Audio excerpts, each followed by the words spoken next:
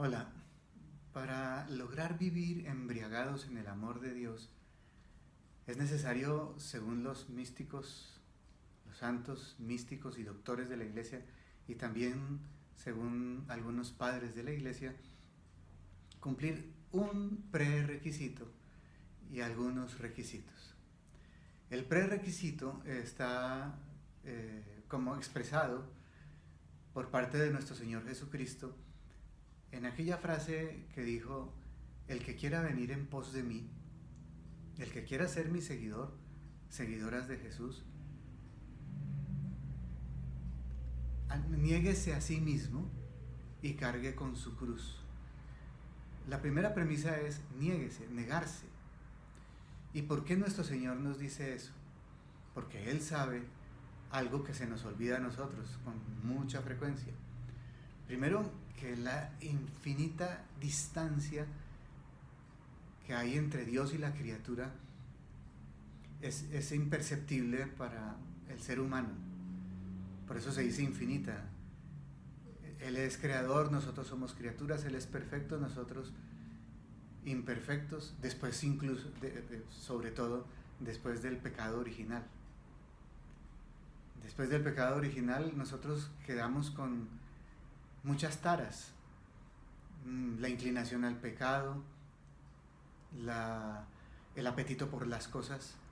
Antes del pecado original, el ser humano miraba las cosas y esas cosas lo llevaban inmediatamente a Dios. Ahora no, ahora el ser humano se apega a las cosas, a las ideas, a las personas, a sí mismo sobre todo. Y entonces anda muy mal. Después del pecado original quedamos tan mal, tan mal, tan mal, que no somos capaces de nada bueno. Y para completar nuestra desgracia están los demonios a nuestro alrededor tentándonos todo el tiempo para que caigamos en alguno de los pecados, para que nos alejemos de la dicha infinita del cielo. Entonces el Señor nos dice: niéguese a sí mismo. La persona entonces lo que tiene que hacer es volver a percibir la realidad tal y como es. Que él, el ser humano, es un condenado, aunque Cristo con su cruz pagó la deuda que nosotros debíamos y se nos abrió de nuevo, se nos abrieron las puertas del cielo. De todas formas, sin la gracia de Dios, sin la ayuda de Dios, con nuestras fuerzas naturales, con solo las fuerzas naturales, no llegaríamos a encontrar la felicidad eterna en el cielo, ni el volver a entablar la amistad con Dios aquí en la tierra.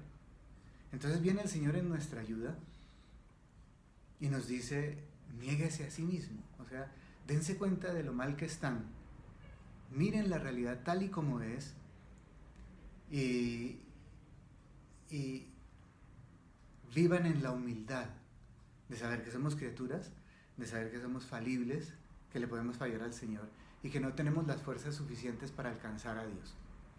Sin fuerzas sobrenaturales, solo con las naturales, no podremos llegar a lo sobrenatural, a la unión con Dios, a amarlo, a encontrarnos con Él, a entablarnos con Él. Por eso hasta el Señor nos dio un ángel de la guarda que luche contra esos enemigos más poderosos que nosotros, que son los demonios. Por eso nos dio la iglesia, por eso nos dio los sacramentos, por eso nos dio la oración, por eso nos dio los mandamientos, para que nosotros sigamos el camino que nos lleva a la felicidad. Entonces debemos saber que nada podemos,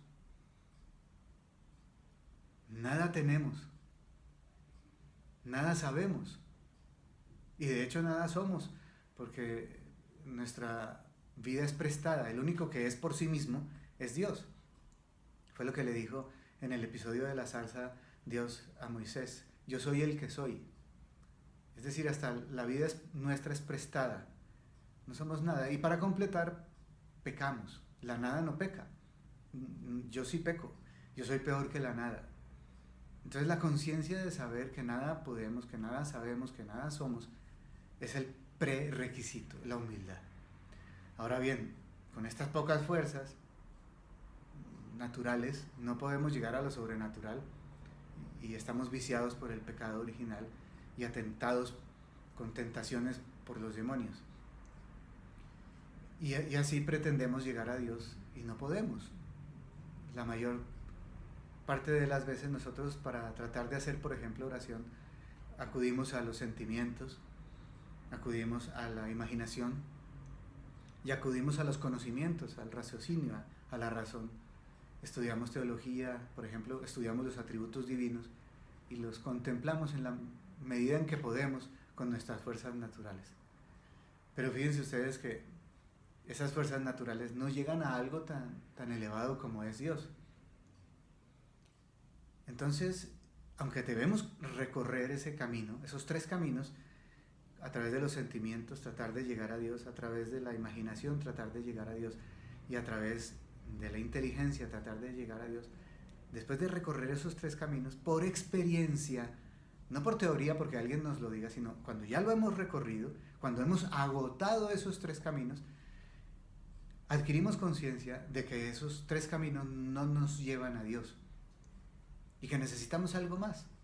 Entonces ese es el momento preciso en el cual el alma debe basarse en la fe, no en los sentimientos, no en la imaginación ni en el intelecto.